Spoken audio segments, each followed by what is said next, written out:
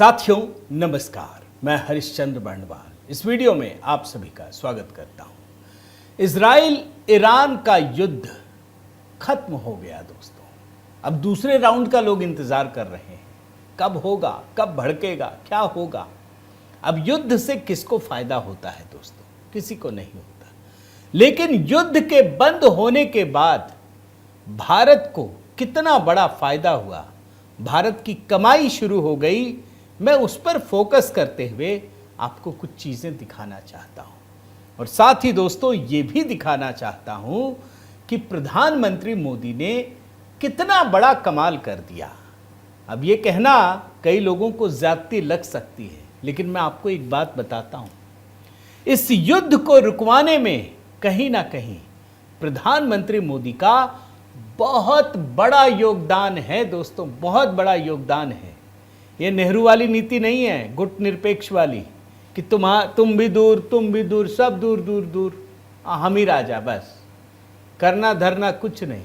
मोदी जी की रणनीति गुट सापेक्ष है, सबके साथ, आपके साथ भी, आपके साथ भी। क्यों? आप दोनों को समझाने के लिए। युद्ध मत करो, हम शांति के साथ हैं, गुट सापेक्ष। हम आप दोनों के युद्ध के साथ नहीं हैं, हम शांति के साथ हैं। साइड इफेक्ट्स दिखाने वाला हूं। और याद रखिए, एक फोन कॉल जिससे सब कुछ बदल गया। प्रधानमंत्री मोदी की वो रणनीति क्या है, कौन सी है, ये मैं आपको दिखाना चाहता हूं। और निवेदन करता हूं दोस्तों, एक ऐसी कहानी जब वैश्विक राजनीति में, वैश्विक जो घटनाक्रम है जिसमें कांग्रेस जबरदस्ती भारत को झोंकने की तैयारी कर रही थी, प्रधानमंत्री मोदी की रणनीति ने कितना बड़ा काम किया है और भारत को मिले फायदे। कमेंट जरूर कीजिएगा दोस्तों। आगे बढ़ूं दोस्तों, उससे पहले एचबी मेलोडी की चर्चा करना जरूरी है। आपातकाल के आज 50 वर्ष पूरे हो रहे हैं। देश भर में अलग अलग तरीकों से उस काली रात को याद किया जा रहा है, आपातकाल की। और दोस्तों, इसी मुद्दे पर मेरी टीम ने एक गीत तैयार किया है और मुझे लगता है कि यह अपनी तरह का पहला गीत है जिसमें गीत के जरिए आपातकाल में इंदिरा गांधी ने जिस तरीके से अत्याचार किया था उसकी कहानी बयान की है। मैं चाहता हूं दोस्तों कि इसे आप जरूर देखिए, अधिक से अधिक लोगों तक पहुंचाइए ताकि आपातकाल की कहानी लोगों को पता चल सके। अपने सोशल मीडिया हैंडल पर भी इसे शेयर कीजिएगा दोस्तों, इसके लिंक को मैंने पिंड कर दिया है। अब आइए शुरुआत करते हैं। ईरान इजराइल युद्ध के बंद होने से कैसे भारत को फायदा हो रहा है, आप देखिए सबसे पहले इस खबर को। शेयर बाजार में भारी तेजी, सेंसेक्स 900 अंक उछला, सीज फायर की खबर से निवेशक झूमे। आप जानते हैं दोस्तों, जैसे जैसे युद्ध की खबरें बढ़ती जा रही थी, भारत ही नहीं पूरी दुनिया में जितने भी शेयर बाजार हैं उसमें हड़कंप मच गया था।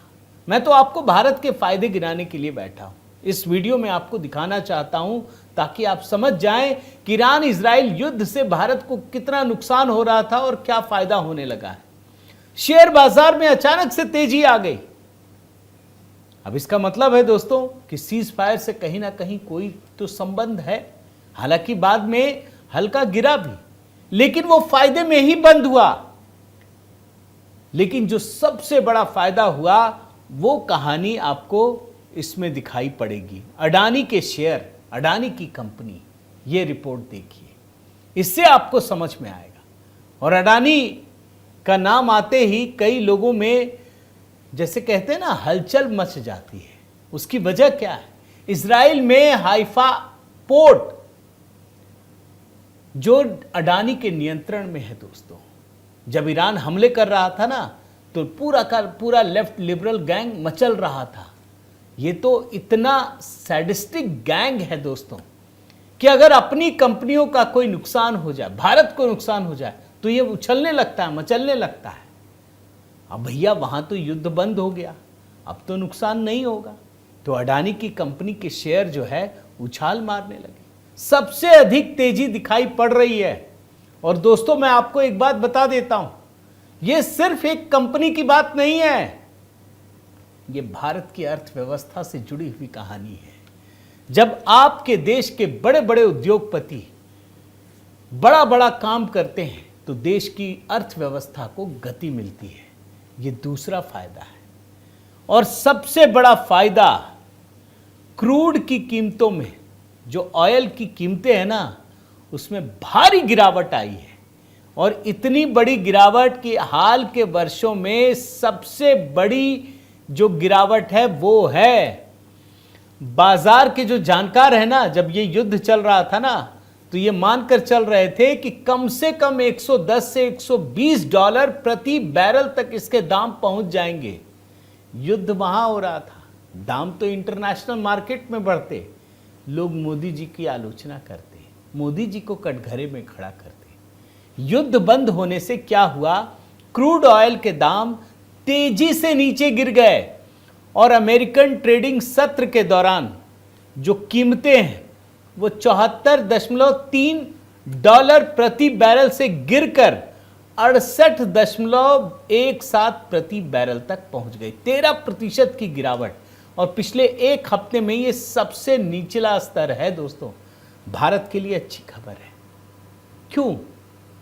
क्योंकि भारत के पास जितना तेल खपत होता है उसका 80% हिस्सा बाहर से आयात किया जाता है। यह है मुसीबत। अब हम, मोदी सरकार चाहे कुछ भी कर ले, कितना भी बड़ा काम कर ले, लेकिन तेल का 80% हिस्सा बाहर से आता है तो हमें तो पैसे चुकाने पड़ेंगे ना। तो ये युद्ध बंद होने से ये 3 सबसे बड़े फायदे भारत को हुआ है, बहुत बड़ा फायदा। लेकिन कहानी ये नहीं है दोस्तों। मैं आपको ये दिखाना चाहता हूं कि प्रधानमंत्री मोदी की रणनीति इस युद्ध में कितनी कमाल की रही, क्या किया है। और एक फोन कॉल, आप जानते हैं ना, प्रधानमंत्री मोदी ने ईरान के राष्ट्रपति मसूद पेजेश्कियान, उनसे बातचीत की थी। कब बात हुई थी उनकी, जरा याद कीजिए दोस्तों। बहुत सारे लोग भूल जाएंगे। जब इजराइल के प्रधानमंत्री से बात हुई तो सब कहने लगे कि ईरान से बात नहीं हुई। ईरान के राष्ट्रपति से बात हुई थी और वो मौका बड़ा महत्वपूर्ण था दोस्तों। ये जो सीज फायर का ऐलान हुआ है ना कल सुबह, उसके 2 दिन पहले 22 जून को ईरान के राष्ट्रपति मसूद ने फोन पर बातचीत की। और ये ऐसे समय में हुआ, बड़े गौर से सुनिए, जब अमेरिका की ओर से ईरान के 3 परमाणु ठिकानों पर बमबारी की गई थी। पूरी दुनिया हिल गई। क्या प्रधानमंत्री मोदी ने लिखा था, जरा मैं पढ़ता हूं। Spoke with president of Iran. मैं हिंदी में इसको किया है मैंने, मैं पढ़ता हूं। हमने मौजूदा हालात पर विस्तार से बात की, हाल की घटनाओं में बढ़ते तनाव पर गहरी चिंता जताई। हमने तनाव तत्काल कम करने की अपनी अपील दोहराई। साथ ही ये भी कहा कि संवाद और कूटनीति के जरिए ही क्षेत्रीय शांति, सुरक्षा और स्थिरता की बहाली हो सकती है। बड़ी बात जानते हैं दोस्तों क्या है भाई? 9 दिन हो गए युद्ध को। ईरान पर सबसे बड़ा हमला अमेरिका ने किया, हजारों मील चलकर उसके 3 जो परमाणु ठिकाने सबको ध्वस्त कर दिया, यही दावा कर रहा है ना। और उस घटना के बाद जिन नेताओं से ईरान ने बातचीत की उसमें प्रधानमंत्री मोदी का नाम सबसे पहला है। यानी ईरान के फोर्डो, नातांज, इस्फहान, यहां बमबारी होने के कुछ ही घंटे के बाद ईरानी राष्ट्रपति जो है वो प्रधानमंत्री मोदी को कॉल करते हैं, उनको पूरी की पूरे हालात की जानकारी देते हैं। 45 मिनट तक बातचीत हुई दोस्तों, 45 मिनट तक। यहां तो 4 लाइन ही आया ना कि हाँ भाई ईरान के राष्ट्रपति ने कॉल किया। अब प्रधानमंत्री मोदी ने क्या कहा होगा, आप सोचिए। भाई प्रधानमंत्री मोदी जानते हैं कि अगर आपने युद्ध खींचना चाहा तो आप खत्म नहीं कर पाएंगे। अमेरिका कई युद्ध में कई दशकों तक उलझ चुका है, चाहे अफगानिस्तान हो चाहे दूसरे देश हो। भाई रूस और यूक्रेन भी सॉल्व नहीं कर पाया है। ईगो बड़ा होता जाता है। किसी ने 2 बम मारे, आपने 4, उसने 8, 16, चलता ही जाएगा, खत्म ही नहीं होगा। मोदी जी ने कुछ ही समय में खत्म कर दिया, इनको बताया। और आप आश्चर्य करेंगे, ईरान के राष्ट्रपति ने प्रधानमंत्री मोदी को धन्यवाद कहा, भारत को क्षेत्रीय शांति, सुरक्षा और स्थिरता को बढ़ावा देने वाला मित्र और साझेदार बताया। साथ ही उन्होंने प्रधानमंत्री को भारत के रुख और तनाव कम करने, संवाद और कूटनीति की अपील के लिए धन्यवाद कहा। और आप देखिए उसके बाद परिस्थितियां कैसे कैसे बदलती चली गई। भाई, ईरान ने कतर के दोहा में मिसाइलें दागी, आपने देखा, कई सारी मिसाइलें दागी। क्या हुआ आप देखिए, खुद ही देखिए।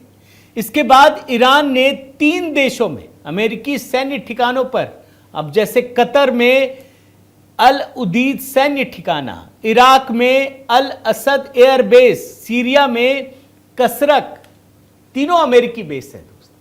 तीनों जगह मिसाइलें दागी। कहीं कुछ हुआ क्या? हर देश की अपनी अस्मिता होती है दोस्तों। हर नेता चाहता है कि भैया हमारे घर में हमारा सम्मान रहे। ये तो अमेरिका का राष्ट्रपति भी जानता है। आप खुद सोचिए। तो मोदी जी ने कुछ तो कहा होगा ना कि ठीक है बेटा, तुम्हें भी अपनी इज्जत चाहिए, अमेरिका को भी चाहिए। अमेरिका ने ईरान में 3 परमाणु ठिकानों पर बमबारी की, कोई नुकसान ही नहीं हुआ।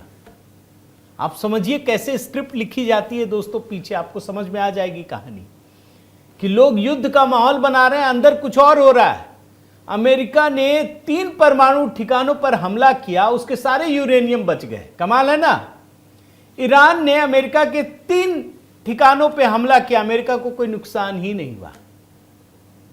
इसका मतलब है कि सिर्फ पोस्चरिंग हो रही थी। प्रधानमंत्री मोदी इस बात को समझते हैं। उन्होंने बताया, उनके कान में एक मंत्र फूंक दिया कि तुम ऐसा है, जो नुकसान होना हो गया, और लड़ोगे और बर्बाद हो जाओगे, कुछ मिलना नहीं है। बातचीत करो, सीज फायर करो, जो अमेरिका के राष्ट्रपति कहते ना, ये प्रधानमंत्री मोदी ने दिया। और दोस्तों, ईरान ने बाकायदा इसके लिए माहौल बनाया। आप देखिए, बावजूद इसके कि दुनिया के अलग अलग हिस्सों में हाई अलर्ट बना रहा, जैसे इराक में अल असद एयरबेस पर हाई अलर्ट। मैंने देखा यूएई ने, उसने अपना एयर स्पेस बंद कर दिया। लेकिन अंत में दोस्तों, जब तीनों देशों ने अपने अपने माहौल बनाए तो सीज फायर के लिए वो तैयार हो गए। और इसकी भूमिका में दोस्तों मैं आपको निश्चित रूप से कहना चाहूँगा कि आज जो ईरान से बातचीत हुई है ना 3 दिन पहले, इससे पहले नेतन्याहू ने प्रधानमंत्री मोदी को फ़ोन किया था, आप याद कीजिए। और प्रधानमंत्री मोदी दुनिया के इकलौते ऐसे नेता हैं जिनके दोनों से अच्छे संबंध हैं, जिन्होंने दोनों से बातचीत की और लंबी बातचीत हुई। आप देखिए इनका ट्वीट प्रधानमंत्री मोदी का 13 तारीख को है। मुझे इजराइल के प्रधानमंत्री बेंजामिन नेतन्याहू का फ़ोन आया। उन्होंने मुझे मौजूदा स्थिति के बारे में जानकारी दी।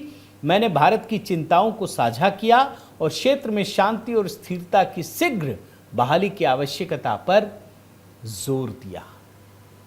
यानी नेतन्याहू भी फ़ोन पर बात करते हैं, ईरान के राष्ट्रपति भी बात करते हैं। यानी आप सोचिए किस तरीके से भारत ने संतुलन बनाया होगा। और आप याद कीजिए दोस्तों, कुछ ही दिन पहले, ज़्यादा दिन नहीं हुआ, 2-3 दिन पहले, किस प्रकार से सोनिया गांधी इस माहौल को बिगाड़ना चाहती थी। वो चाहती थी कि भारत झोंक दे खुद को।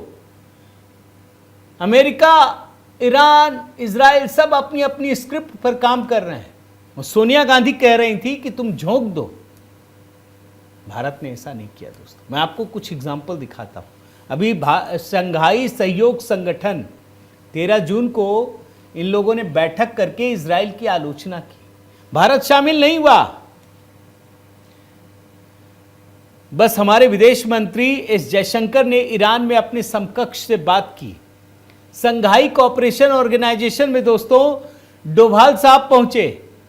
उन्होंने रूस के रक्षा परिषद के उपसचिव से बात की। बातचीत सबसे कर रहे हैं और सिर्फ रूस के अधिकारियों से बात नहीं की। आप देखिए चीन के विदेश मंत्री से भी अजीत डोभाल ने मुलाकात की। यानी भारत का पक्ष एकदम क्लियर था।